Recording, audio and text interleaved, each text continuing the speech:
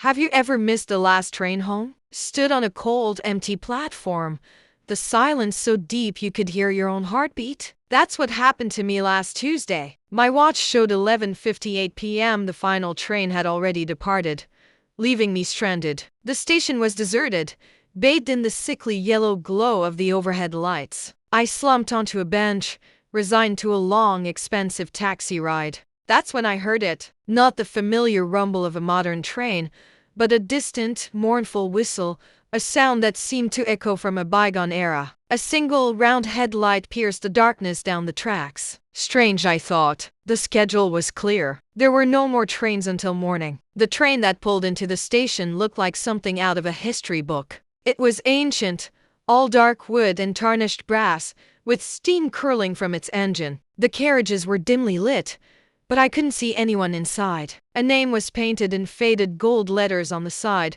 the 12:01 Express. My watch beeped. It was exactly 1 minute past midnight. The doors hissed open, not with compressed air, but with a weary, metallic groan. A conductor stepped out. He was tall and thin, dressed in an old-fashioned uniform, his face hidden by the shadow of his cap. He didn't say a word, just gestured towards the open door with a gloved hand. I felt a strange compulsion to board, a pull I couldn't explain. It was a way home, wasn't it? As I stood up, the station lights flickered, casting my shadow long and sharp on the platform behind me. The conductor, who had been looking straight at me, suddenly tilted his head. His gaze dropped, not to my face, but to the ground at my feet. He looked at my shadow. Then he slowly, deliberately, shook his head. The warmth I'd felt moments before vanished, replaced by an icy dread. He wasn't inviting me on. He was judging me. Before I could ask what was wrong,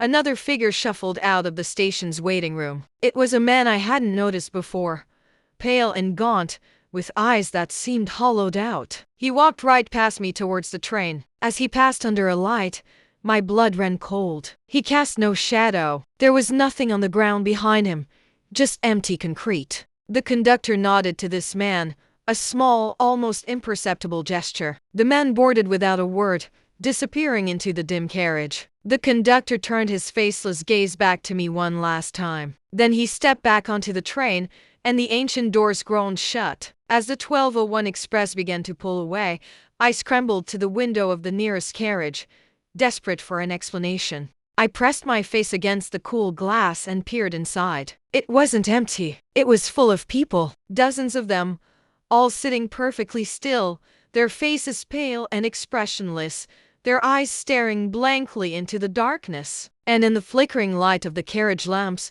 I saw it. None of them had a shadow. They were just there, phantoms on a ghost train. The train picked up speed, its mournful whistle echoing once more before it was swallowed by the night. I was left alone again on the platform, trembling, the yellow lights seeming dimmer than before. I don't know where that train was going, but I know it only stops for a certain kind of passenger, the kind who have left their shadows behind. Ever since that night, I've made sure to catch the last train. And sometimes in the harsh fluorescent light of the subway, I can't help but glance at the ground, just to make sure my shadow is still there. Thank you for listening. If you enjoyed this story, please like and subscribe for more tales from the shadows. Stay safe.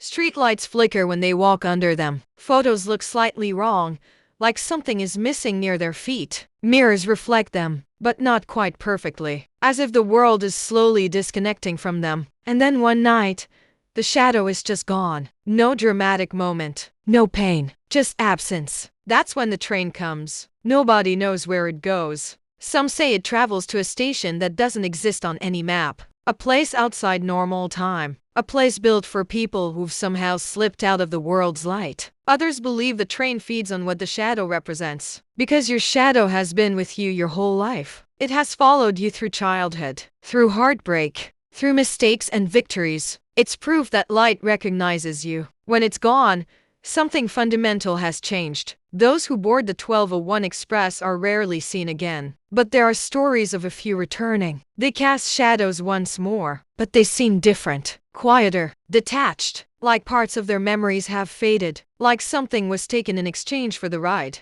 No one knows if the train is a predator or a rescue. Maybe it collects people who no longer belong. Maybe it carries the forgotten somewhere they won't feel invisible anymore. Or maybe it simply waits for the world to stop seeing someone. And once that happens, it claims them. So tonight, before you sleep, step under a streetlight. Look down. Make sure something dark mirrors your shape.